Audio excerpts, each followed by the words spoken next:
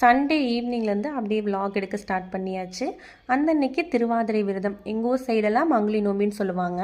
சுமங்கலி பெண்கள் எல்லாம் அவங்க ஹஸ்பண்டுக்காக காலையிலேருந்து எதுவுமே சாப்பிடாம ஈவினிங் சாமி கும்பிட்டு அதுக்கப்புறமா விரதம் முடிச்சுப்பாங்க. ஸோ சாமி கும்பிட்றதுக்காக ஒவ்வொருத்தவங்க ஒவ்வொரு வேலையை பார்க்குறக்கு ஆரம்பிச்சிட்டாங்க. ஒரு பக்கம் சமையல் நடந்துகிட்டே இருக்குது. இன்னொரு சைடு வீட்டு வாசலில் நிலா, சூரியன், கண்ணாடி, சீப்பு இந்த மாதிரி ஒரு சில பொருட்களை கோலமாக வரைஞ்சி சாமி கும்பிடுவாங்க. அந்த அன்னைக்கு என்ன ஸ்பெஷல்னால் அரசாணிக்காய் பொரியல், பச்சைப்பயிறு, ரசம், அவரைக்காய் பீக்கங்காய் பொரியல், கத்திரிக்காய் புளிக்குழம்பு, பருப்பு பாயாசம், சாப்பாடு, போண்டா இதெல்லாம் தான் அந்த அன்னைக்கு ஸ்பெஷல். கொடியில் விளைஞ்ச காய்கறிகளை தான் இந்த அன்னைக்கு படைப்பாங்க. எத்தனை பேர் விரதம் இருந்தாங்களோ அத்தனை தலவாழை இலை வச்சு செஞ்ச ஐட்டம்ஸில் எல்லாமே கொஞ்சம் கொஞ்சமாக வச்சு சாமிக்கு படைச்சிட்டு சாமி கும்பிட்டதுக்கப்புறமா சந்திரனை பார்த்து சாமி கும்பிடுவாங்க. அதாவது நிலாவுக்கு தண்ணி தெளிச்சிட்டு வாழைப்பழத்தில் தான் இந்த விரதம் முடிப்பாங்க.